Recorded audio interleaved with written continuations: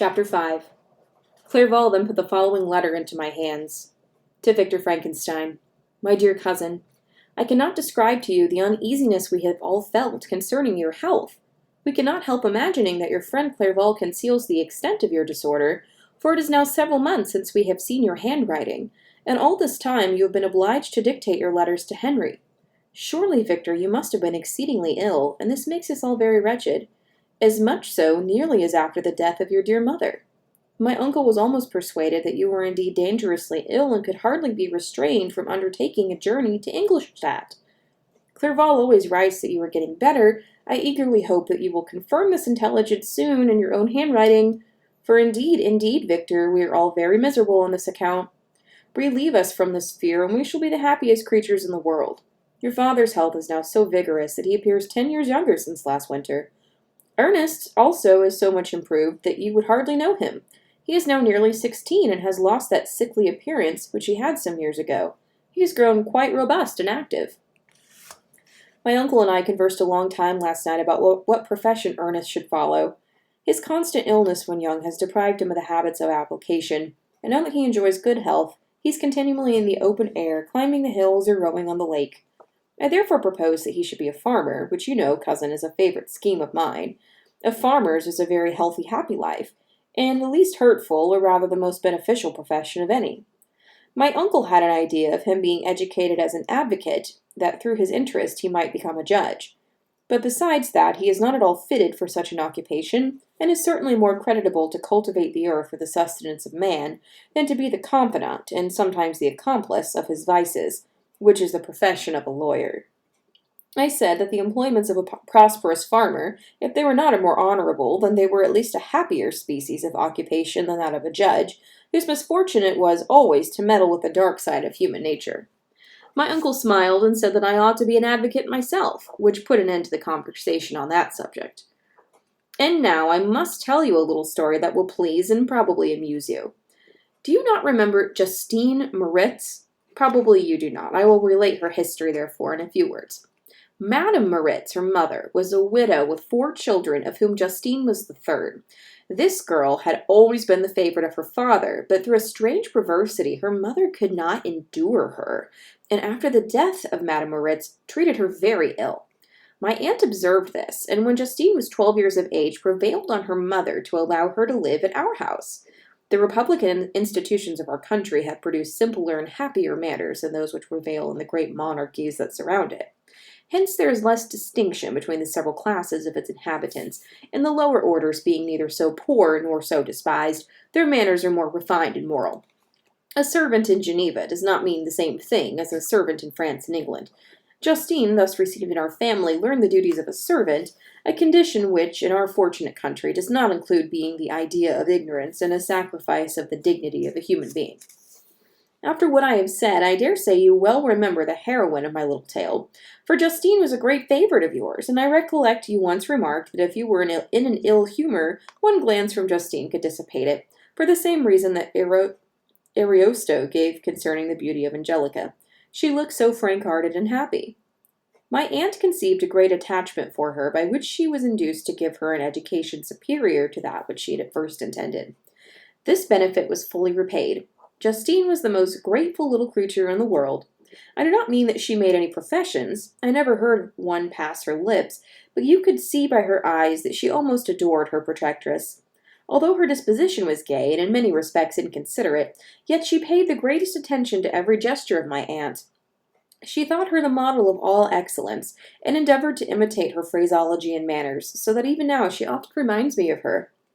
When my dearest aunt died, everyone was too much occupied in their own grief to notice poor Justine, who had attended her during her illness with the most anxious affection.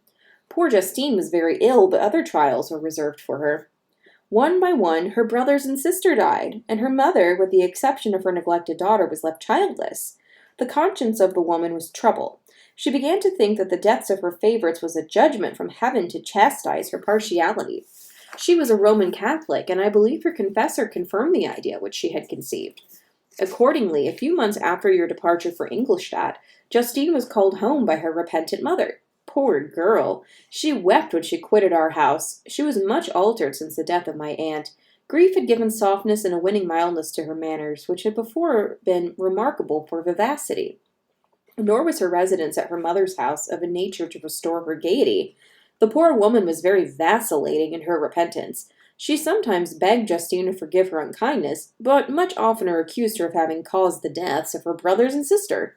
Perpetual fretting at length threw Madame Moritz into a decline, which at first increased her irritability, but she is now at peace forever. She died on the first approach of cold weather, at the beginning of this last winter. Justine has returned to us, and I assure you I love her tenderly.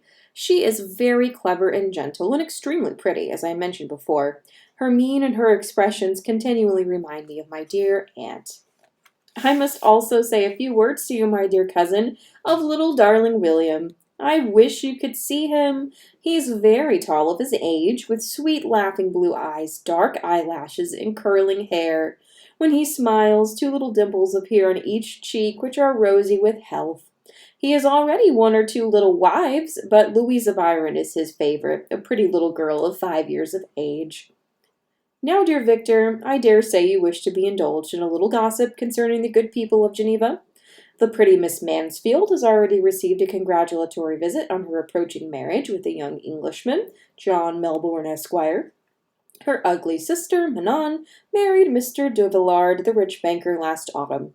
Your favorite schoolfellow, Louis Manoir, has suffered several misfortunes since the departure of Clerval from Geneva, but he has already recovered his spirits and is reported to be on the point of marrying a very lively, pretty Frenchwoman, Madame Tavernier. She is a widow and much older than Manoir, but she is very much admired and a favorite with everybody. I have written myself into good spirits, dear cousin, yet I cannot conclude without again anxiously inquiring concerning your health. Dear Victor, if you are not very ill, write yourself, and make your father and all of us happy. Or, I cannot bear to think of the other side of the question. My tears already flow. Adieu, my dearest cousin. Elizabeth Lavenza. Geneva, March 18th, 17-something. Dear, dear Elizabeth, I exclaimed when I had read her letter, I will write instantly and relieve them from the anxiety they must feel. I wrote, and this exertion greatly fatigued me, but my convalescence had commenced and proceeded regularly. In another fortnight, I was able to leave my chamber. One of my first duties in my recovery was to introduce Clerval to the several professors of the university. In doing this, I underwent a kind of rough usage, ill-befitting the wounds that my mind had sustained.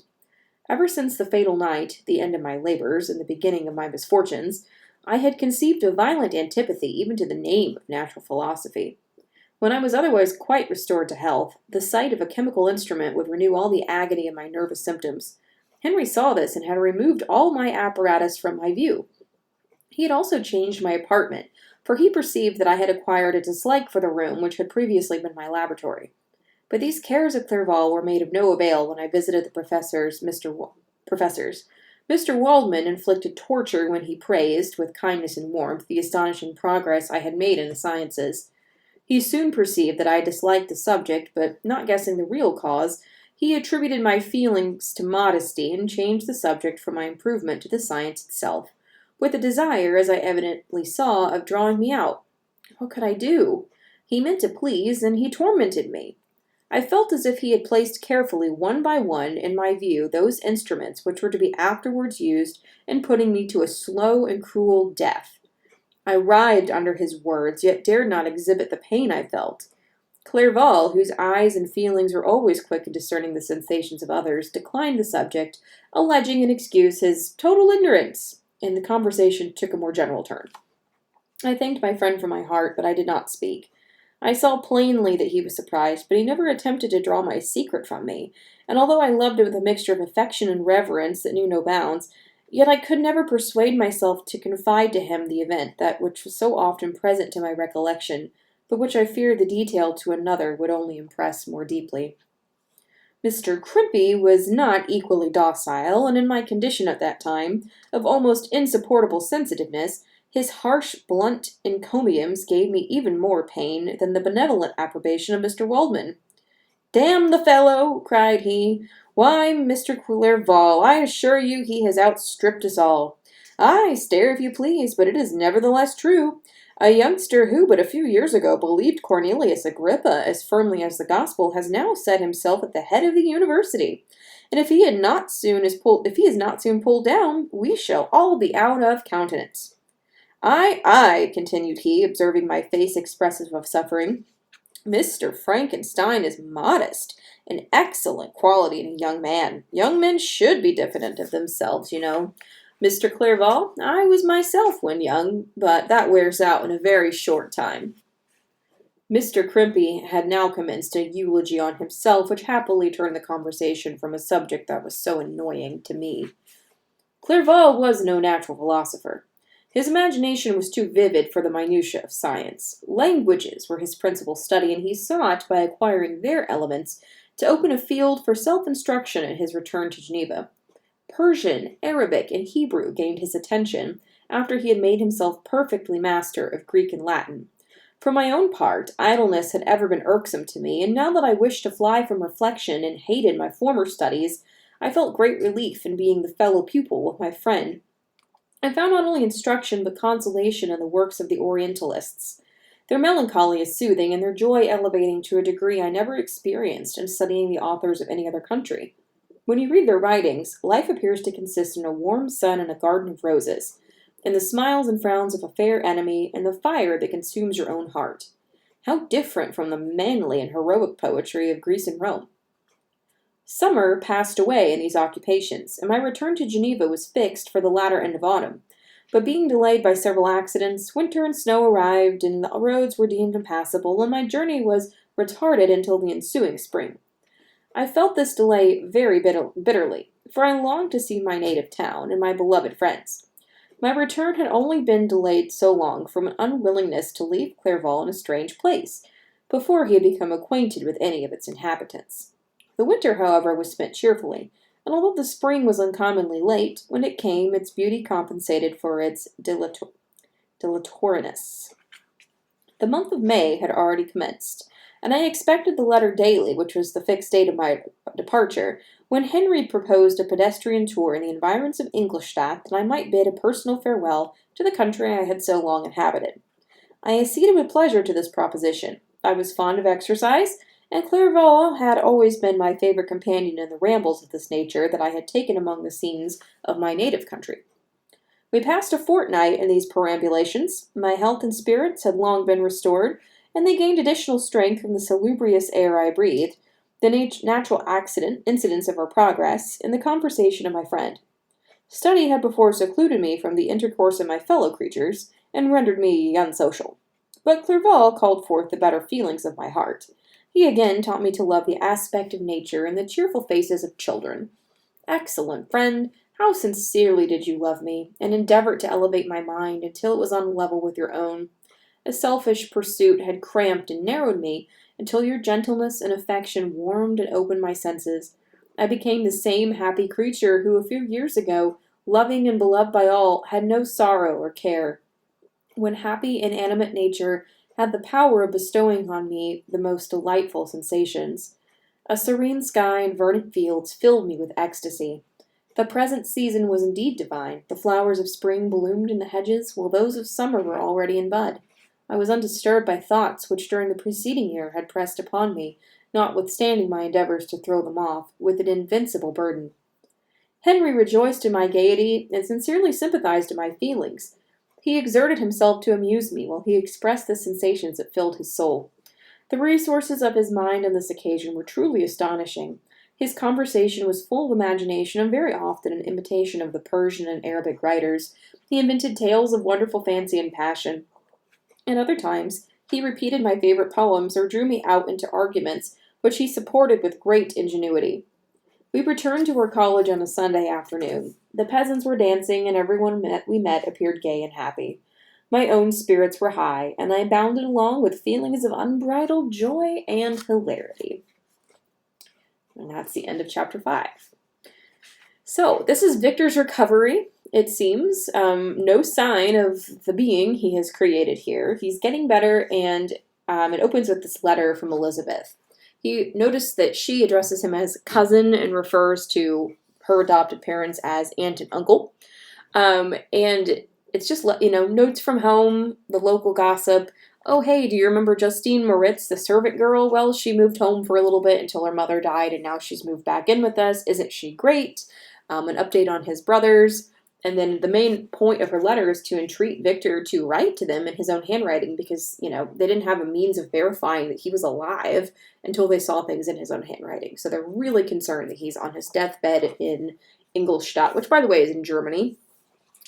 So Victor writes back, and then the rest of the chapter just kind of focuses on him getting better. So Henry helps him by bringing him back out into the world. Victor had locked himself away for so long as this antisocial, obsessed person that he's just, he's really burnt out on science. He's terrified to look at chemical instruments. So he's starting to focus more on studying languages like Henry is and getting out into nature, and that seems to be having a healing impact on him. And so everything in his life seems to be going absolutely perfectly. He's about to come home, and Henry is doing well. They're having a great time together. What monster were you talking about? There was never any monster. It never happened, right? All right, well, things will change a little bit in chapter 6.